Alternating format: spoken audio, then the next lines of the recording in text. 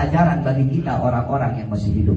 Al-Imam Abdullah ibn Mubarak qal yahtajul insan ila ziyarati ma yubkihi wa idza lam yajidhu fil ahya ittala'a ala siratihi fil amwat.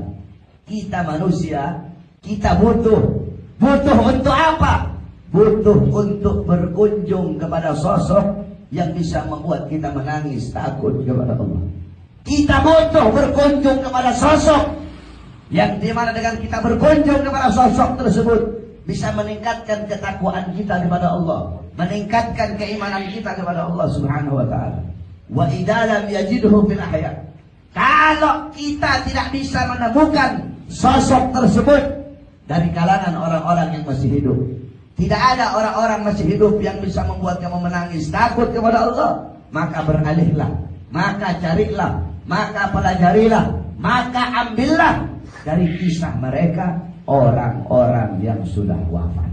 Saudara-saudaraku sekalian yang dimuliakan oleh Allah Subhanahu wa taala, para ulama, para aulia, para sholihin yang dimana mereka telah wafat ratusan tahun, ribuan tahun yang lalu, beliau-beliau itu bukanlah orang-orang yang wafat. Beliau bukan amwat, beliau bukan orang-orang yang wafat. Famal hayat illa li ahli ilm. Tidak ada kehidupan kecuali kehidupan hanya miliknya orang-orang yang alim. Al-alim hayatuhu abada. Orang yang alim hidupnya itu abadi selama-lamanya. Walaupun jasadnya terkubur, walaupun namanya tertampang di batu nisan, walaupun mereka telah mati ratusan bahkan ribuan tahun yang lalu, tetapi mereka akan selalu hidup. Hidup dalam apanya? Hidup dalam nasihat-nasihat mereka. Mereka hidup dalam kitab-kitab yang mereka garang. Mereka hidup dalam amal-amal soleh yang mereka lakukan ketika mereka masih hidup. Sehingga amal soleh, ilmu mereka, amal mereka, warak mereka, khauf mereka, khasyah mereka, keikhlasan mereka ketika mereka masih hidup, amal-amal baik, budi-budi pekerti mulia, akhlak yang sempurna ketika mereka lakukan masih hidup, itu akan dikenang oleh kita orang-orang sekarang yang dimana padahal beliau-beliau telah wafat ratusan bahkan ribuan tahun yang lalu. Satu contoh, Sayyidatuna Aminah, ibunda Nabi Muhammad, ketika beliau berada di Abwa Al-Qaryah bainal Makkah wal Madinah. Abwa itu adalah kota yang berada di tengah-tengah antara Makkah dan Madinah. Ketika itu beliau sebelum wafat, Nabi Muhammad masih berumur 6 tahun ketika itu. Beliau mengeluarkan syair. Apa kata beliau? Kullu hayyin mayyit wa kullu jadidin bal wa kullu kibarin yafna. Ana mayyitatun fa dzikri bal faqad taraktu khaira wa waladtu tuhra. Apa kata beliau? Semua yang hidup itu pasti akan mati. Semua yang baru nantinya pasti akan usang.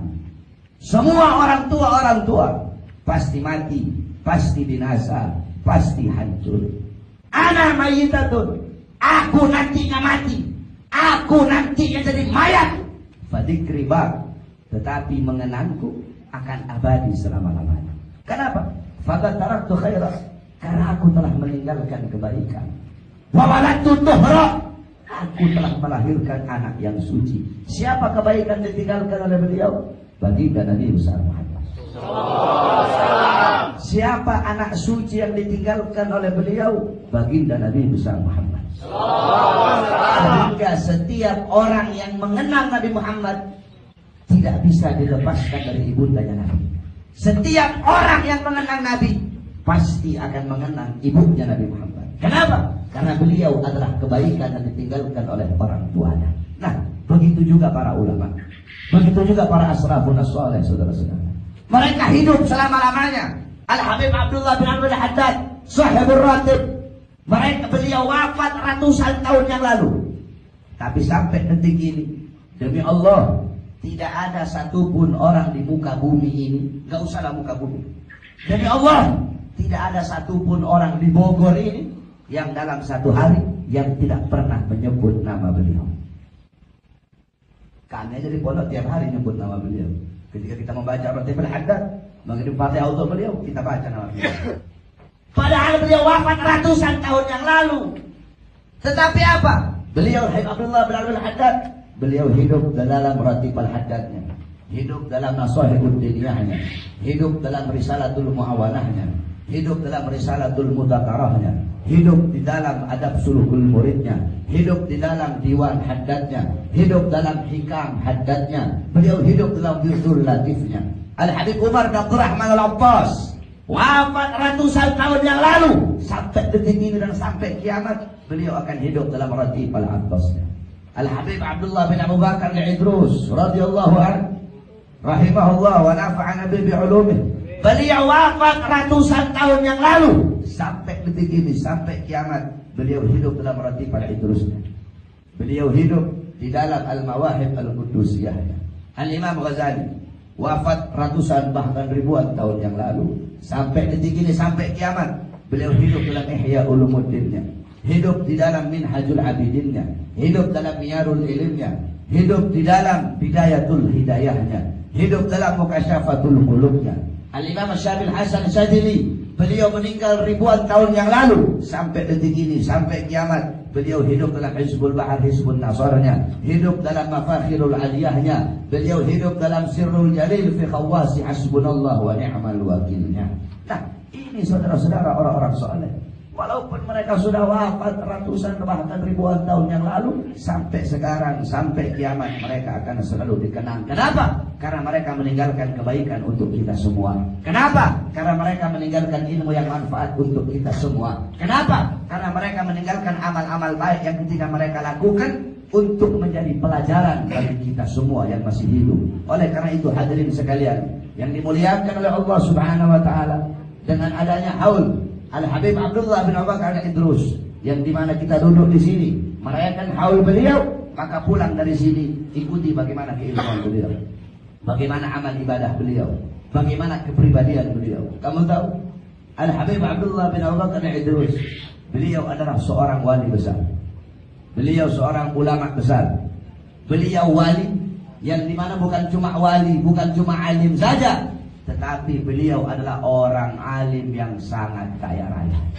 Beliau seorang wali yang sangat kaya raya. Al-Habib Abdullah bin Abu Bakar Al-Idrus, beliau itu kalau turun dari kudanya, itu kalau turun dari kuda, itu beliau naik karpet merah. Jadi dipasang karpet merah, saking kayanya beliau.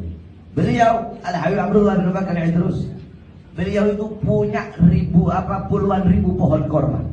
Beliau tiap hari ngasih makan puluhan ribu orang. Setiap beliau ada tamu, dihitung saudara-saudara, berapa banyak anak tangga yang dinaiki. Kalau tamunya itu naik 7 anak tangga, beliau suruh muridnya potongkan 7 ekor kambing untuknya. Kalau ada tamu naik 4 anak tangga, potongkan 4 ekor kambing untuknya. Kamu di sini ada kayak begitu. Itu dermawannya beliau saudara-saudara. Udah alim, kemudian kaya raya, mengeluarkan hartanya di jalan Allah Subhanahu wa taala. Kemudian beliau, tanda-tanda kewalian beliau itu terlihat mulai dari beliau masih kecil. Beliau Abdullah bin Abu Bakar Idrus, riyadhahnya, mujahadahnya terlihat dari kecil.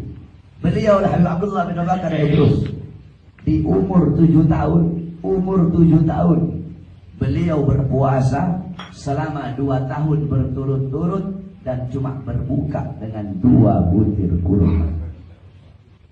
Umur 7 tahun puasa selama 2 tahun berturut-turut dan cuma berbuka dengan 2 butir kurma.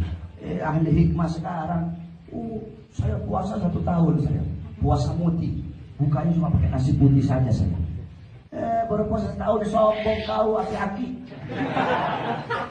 Ada yang masih muda, saya puasa 40 hari, riyadhah saya, 40 hari saya riyadhah. Baru 40 hari, sombong kau. Habib Abdullah bin Abu Bakar Al-Idrus, umur 7 tahun, puasanya selama 2 tahun berturut-turut. Kamu umur 7 tahun lagi main kelereng kamu. Saya Abdullah bin Abu Bakar Al-Idrus, umur 7 tahun itu, puasanya selama 2 tahun berturut-turut. Beliau melakukan hal yang tidak dilakukan oleh anak-anak seumur beliau. Beliau melakukan ibadah yang tidak yang tidak pernah dilakukan oleh anak-anak seumuran beliau. Di umur 10 tahun naik lagi. Umur 10 tahun beliau berpuasa selama 4 tahun berturut-turut dan cuma berbuka dengan 4 butir kurma. Jadi 1 tahun itu cuma 1 butir kurma beliau buka puasa. 1 tahun cuma 1 butir kurma, saudara-saudara. Kenapa? Karena beliau selalu menahan rasa lapar. Kenapa? Karena dengan menahan rasa lapar, membangkit semangat mereka untuk beribadah kepada Allah Subhanahu wa taala. Ini kita orang sekarang puasanya puasa balas dendam, Bapak. Tahu puasa balas dendam apa? Nanti waktu maghrib itu semua makanan yang ada depan kamu habiskan semua. Oh, saya gak makan dari pagi saya. Orang dulu masuk 1 Syawal itu mereka tambah kurus. Kita orang sekarang masuk 1 Syawal tambah gemuk-gemuk, tambah subur-subur semua kan. Orang dulu laparnya ibadah, kenyangnya ibadah. Kita orang sekarang lapar goblok, kenyang goblok. Itu keadaan para sholihin. Mereka menundukkan hawa nafsunya, menundukkan syahwatnya dengan apa? Dengan selalu menahan diri dari rasa lapar, dengan berpuasa. Makanya ini bulan Ramadan adalah bulan yang dimana kita berjuang. Qala Rasul sallallahu alaihi wasallam, raja'na min jihadil asghar ila jihadil akbar. Apa kata Nabi? Kita telah pulang dari peperangan yang kecil, pulang menuju peperangan yang besar. Kita telah pulang dari perjuangan yang kecil menuju perjuangan yang besar. Kita telah pulang dari perang melawan musuh yang kecil, pulang menuju melawan musuh yang besar. Kata sahabatnya Rasulullah, bagaimana mungkin ini peperangan yang kecil? Ada peperangan yang lebih besar, ada perjuangan yang lebih besar, ada musuh yang lebih besar yang harus engkau lawan. Siapa itu? Hawa nafsu. Siapa itu? Syahwat, saudara-saudara. An-nafsu katifla an tuhmilhu syabba ala hubbir radha'i wa in taftinhu yanfati. Hawa nafsu, syahwat itu bagaikan bayi yang menyusui. Kayak bayi yang lagi nyusu. Kamu tahu, kamu dulu waktu masih nyusu sama kamu punya ibu, kalau tidak disapih air susu itu oleh ibu kamu, mungkin sampai sekarang kamu masih nyusu sama kamu punya ibu. Iya kan? Kalau kita punya orang tua, ibu itu kan pasti disapih. Kita umur 2 tahun, disapih air susunya. Ya, kadang susunya dikasih yang pahit-pahit sama kita punya ibu. Agar apa? Agar kita berhenti menyusui. Nah, nafsu itu kayak bayi yang menyusui. Kalau kau kasih terus, kau punya susu sampai besar itu, sampai kapanpun itu nafsu bakal menyusui. Maka jangan engkau turuti kemauan engkau punya nafsu. Engkau sempurna, hamba sempurna Allah ciptakan kita manusia. Malaikat lahu aklun, malaikat punya akal tapi tak punya nafsu. Binatang adabah, binatang lahu nafsun, binatang punya akal tetapi apa? Binatang punya nafsu tapi tidak punya akal. Kita manusia sempurna. Hal-hal yang tidak dipunya oleh malaikat kita punya. Hal-hal yang tidak dipunyai oleh binatang kita punya. Yaitu kita punya akal dan juga punya nafsu. Maka barang siapa yang nafsunya mengalahkan akalnya, barang siapa yang nafsunya menjadi raja, akalnya menjadi budak, kedudukan itu orang lebih rendah, lebih hina daripada seekor binatang, saudara-saudara. Tuba liman kana aqluhu amira wa hawahu asira. Fawailun liman kana aqluhu asira wa hawahu amira. Sungguh beruntung, sungguh berbahagia bagi orang-orang yang akalnya menjadi raja sedangkan nafsunya menjadi budak, dan sungguh rugi, sungguh celaka bagi orang-orang yang nafsunya menjadi raja sedangkan akalnya menjadi budak. Maka jadikanlah engkau punya akal sebagai raja dan nafsumu sebagai budak. Engkau suruh engkau punya nafsu untuk melakukan hal-hal ketaatan, kepatuhan kepada Allah Subhanahu wa taala. Nafsumu suruh maksiat, nafsumu suruh melakukan hal-hal mungkarat, dhalalat, sayyiat, mukhalafat, jangan engkau turuti. Engkau punya akal harus jadi sebagai pengawas. Engkau punya akal harus jadi sebagai ibu. Engkau punya akal harus jadi raja, dan engkau punya nafsu harus jadi seorang budak.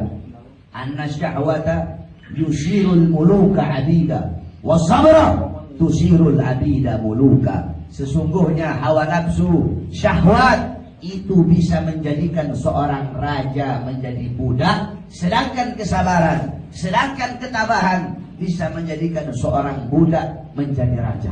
Oleh karena itu saudara-saudara, jadikanlah beliau-beliau orang-orang yang kita rayakan haulnya sebagai teladan kita, sebagai uswah kita, sebagai qudwah kita. Kalian para anak-anak muda, jangan kalian melenceng dari jalan para asrafun as-salih. Ikutilah dalam gaya berpakaian kalian, dalam seluruh kepribadian kalian. Ikutilah beliau-beliau orang-orang soleh. Kamu pakai gamis, pakai sorban, pakai peci, jangan malu, jangan dengar itu orang-orang goblok itu di luar sana. Ini sekarang kalau ada anak-anak muda pakai sorban, pakai peci, ini bilang so alim loh. Jangan kau dengar, itu iblis itu orang, saudara. Kalau ada orang yang bilang begitu, kamu anak muda pakai peci putih, pakai jubah, atau pakai baju koko, kemudian pakai rida, pakai imamah, dibilang alah so alim kamu, ketahuilah itu orang iblis yang menjelma sebagai manusia itu orang. Kenapa? Karena dia menjauhkan kamu dari sunnah Nabi Muhammad. Dia menjauhkan kamu dari pakaian-pakaian baginda Nabi besar Muhammad. Jangan pernah engkau malu dengan keislaman. Ini kita anak-anak muda sekarang masuk mall pakai sarung, malu kamu ya. Masuk mall pakai sarung kamu malu. Saya ceramah keliling di Indonesia sampai luar negeri kemana-mana nggak malu saya pakai sarung. Sampai dulu pernah kamu tahu saya itu pernah makan di satu restoran. Itu waktu saya makan semua di situ orang-orangnya makan, terlalu lebay mereka makan, pakai garpu, pakai sendok. Kamu tahu waktu itu saya angkat saya punya kaki, saya ambil aqua, saya cuci tangan, kemudian saya makan pakai tangan. Bodoh amat orang mau bilang apa, nggak ada urusan sama saya. Mereka tidak bisa menghalangi saya untuk melakukan sunnah baginda Nabi besar Muhammad. Dimanapun, kapanpun, jangan pernah engkau malu dengan engkau punya keislaman. Orang-orang kafir di luar sana, mereka tidak malu, mereka bangga dengan kekafiran mereka. Mereka bangga memamerkan auratnya. Mereka bangga pakai salib besar-besar. Kenapa kamu malu dengan keislamannya kamu? Jangan engkau malu, saudara-saudaraku sekalian yang dimuliakan oleh Allah Subhanahu wa taala. Memang ini juga sih sekarang ini, berat juga sekarang ini. Kamu tahu beberapa tahun yang lalu sempat nama Muhammad, nama Mustafa, nama Ahmad, pokoknya nama-nama Islam itu kalau masuk bandara harus betul-betul diawasi. Itu jangan-jangan teroris itu kata pemerintah. Goblok itu pemerintah, turun itu kayak begitu itu. Nama Ahmad, nama Mustafa, nama Muhammad harus diawasi itu. Jadi dipersulit kalau nama kamu Ahmad, Muhammad, Mustafa. Cuma sekarang itu beberapa tahun yang lalu. Kalau nama Alek, nama Hengki, nama Bon Jovi, nama Tommy, apa itu nggak bakal dipersulit itu. Tapi kalau nama kamu Ahmad, nama kamu Muhammad, nama kamu Mustafa, masuk bandara, nah itu hati-hati. Itu dulu beberapa tahun yang lalu. Sekarang perempuan pakai hijab, perempuan pakai cadar, awas itu. Kata pemerintahnya, awas itu, pakai cadar itu, jangan-jangan teroris itu.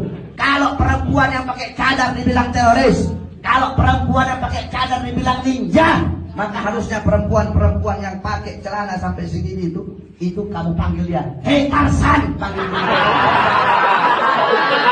Perempuan pakai cadar dibilang ninja.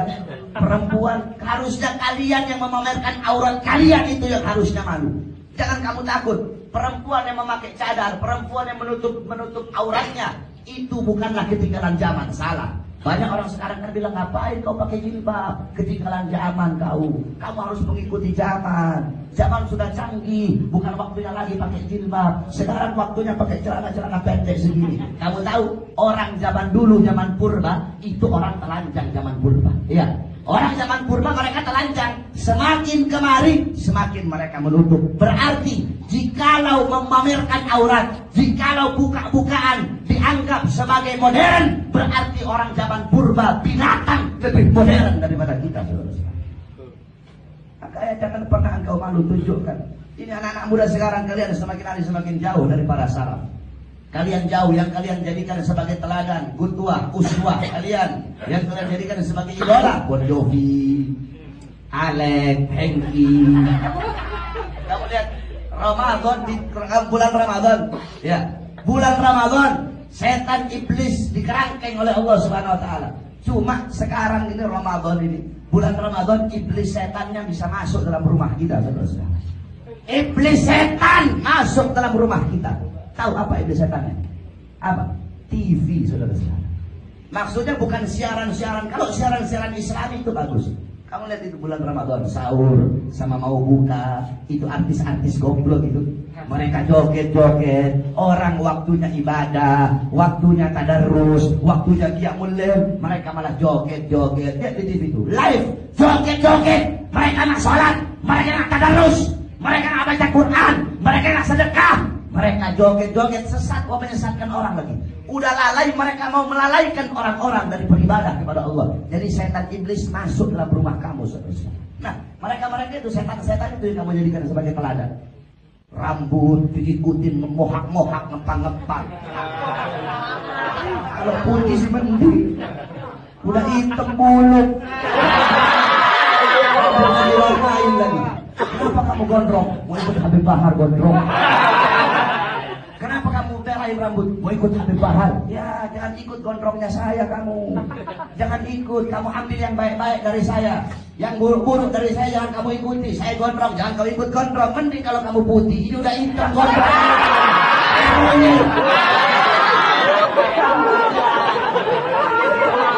Jangan kau ikuti, ambil yang baik-baik. Saya ngerokok, jangan kau ikuti itu ngerokok. Ngerokok itu tidak bagus. Ini saya ngerokok, kamu kenapa ngerokok? Saya ikut sampai bahan itu ngerokok karena saya ikut ngerokok. Jangan kau ambil yang buruk-buruk dari saya. Kalau ada sesuatu, kalau masih ada sesuatu yang baik, engkau ambil sesuatu yang baik tersebut. Jangan kau jadikan mereka sebagai idola kamu. Gaya pakaian kamu seperti mereka. Kita anak-anak muda, kalian anak-anak muda zaman sekarang. Kalian rela nahan sakit ditindik kupingnya. Rela tahan sakit untuk apa? Mengikuti idolanya orang-orang barat.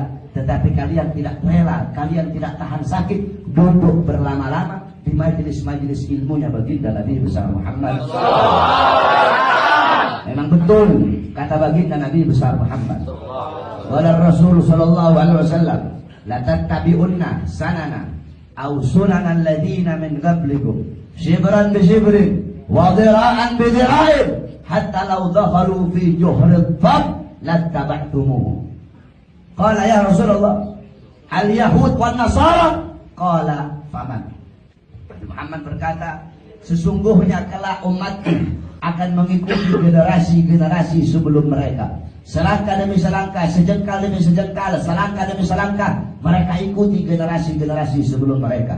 Sekalipun generasi sebelum mereka itu masuk ke dalam lubangnya dhab, mereka masuk ke dalam lubang dhab. Kata sahabatnya Rasulullah, apakah generasi yang diikuti itu adalah Yahudi dan Nasrani? Kata Rasulullah, faman, siapa lagi kalau bukan mereka? Yahudi, Nasrani kau ikuti, sejengkal demi sejengkal, selangkah demi selangkah kau ikuti mereka. Kau ikuti gaya mereka, kepribadian mereka, cara berpakaian mereka, cara hidup mereka yang kau ikuti. Mereka pakai tindik laki-lakinya, kamu ikuti. Laki-lakinya pakai celana levis sobek-sobek, kamu ikuti. Perempuannya telanjang, kamu ikuti. Kemudian mereka homo, kamu ikuti. Mereka lesbi, kamu ikuti. Mereka rocker, kamu ikuti. Kamu ikuti semuanya. Sekalipun mereka masuk ke dalam lubang dhab, kamu ikuti. Dhab itu bukan biawak. Dhab beda sama biawak. Kalau biawak itu hukumnya haram dimakan. Kalau dhab itu hukumnya halal dimakan. Kalau dhab itu beda sama biawak. Dhab itu hidupnya di padang pasir. Dhab itu kalau biawak warnanya hitam coklat. Kalau dhab itu warnanya coklat kekuning-kuningan. Kalau biawak itu dia punya apa namanya? Dia punya ekor itu tidak ada duri, tidak berduri, tidak bersisik gitu duri-duri. Kalau dhab itu ekornya ada duri-durinya. Nah, terus kalau biawak apa aja dimakan? Tikus dimakan. Kalau dhab tidak. Dhab cuma makan belalang saja.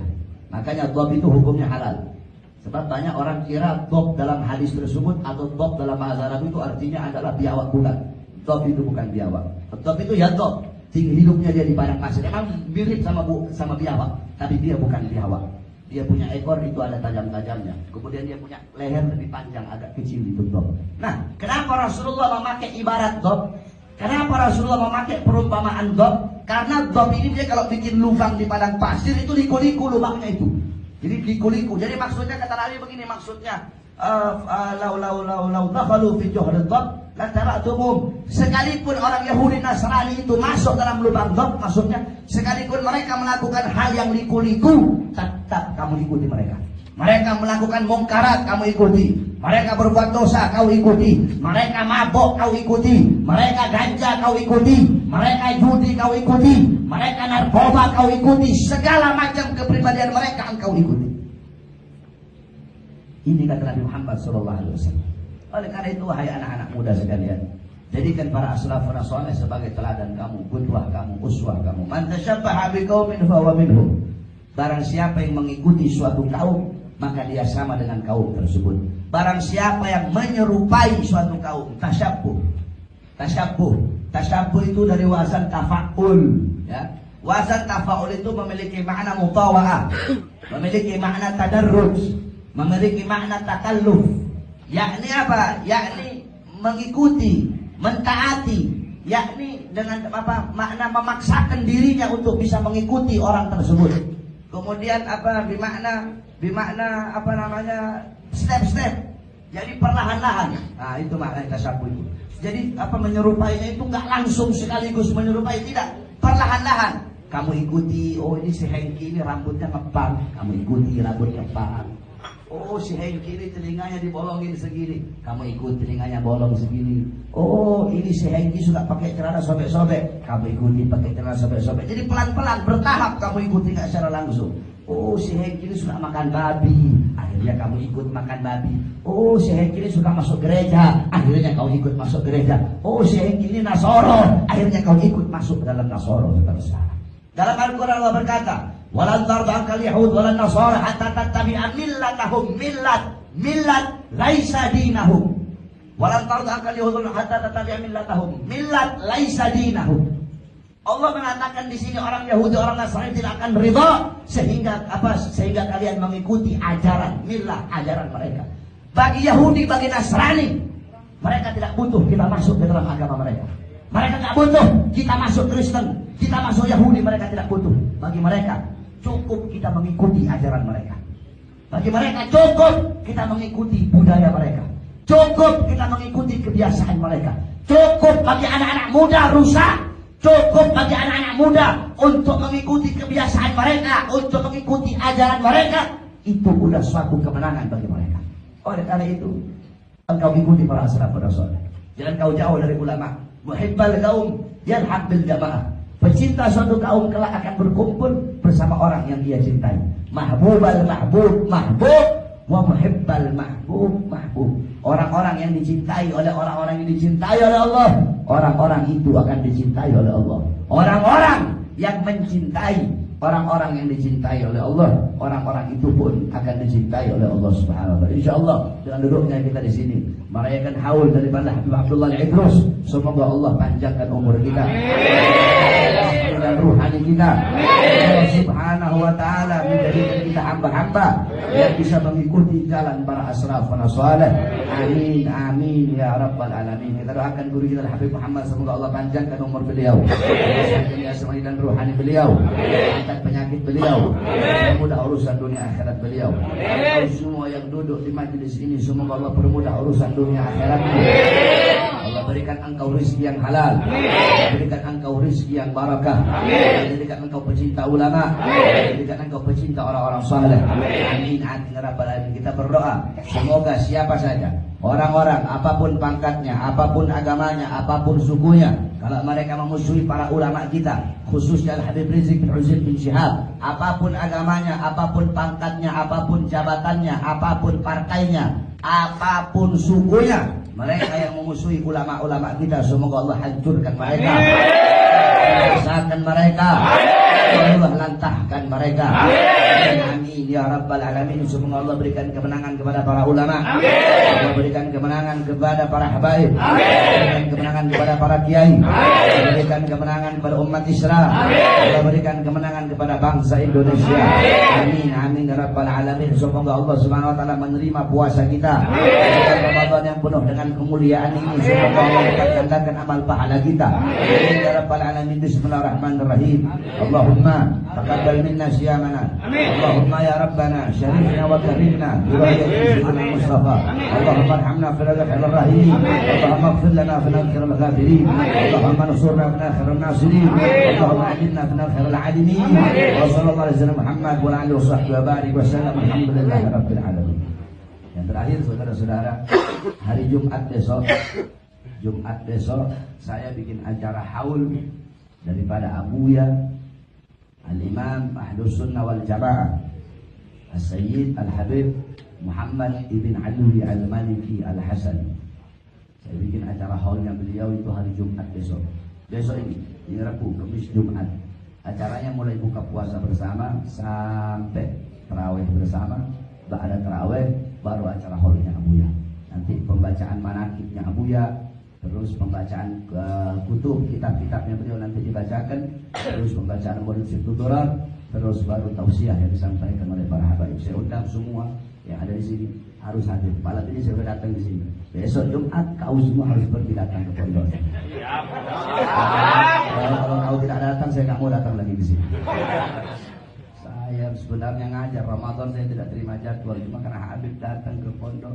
Saya Ramadan itu ngajar santri dari ba'da tarawih sampai jam 2 pagi. Ya saya tidak terima jadwal, cuma alhamdulillah karena ini dekat, akhirnya saya bisa nyampe di sini. Insyaallah manfaat semuanya. Jumat besok saya tunggu semua hadir yang di sini. Hadir di pondok. Wassalamualaikum warahmatullahi wabarakatuh. Waalaikumsalam.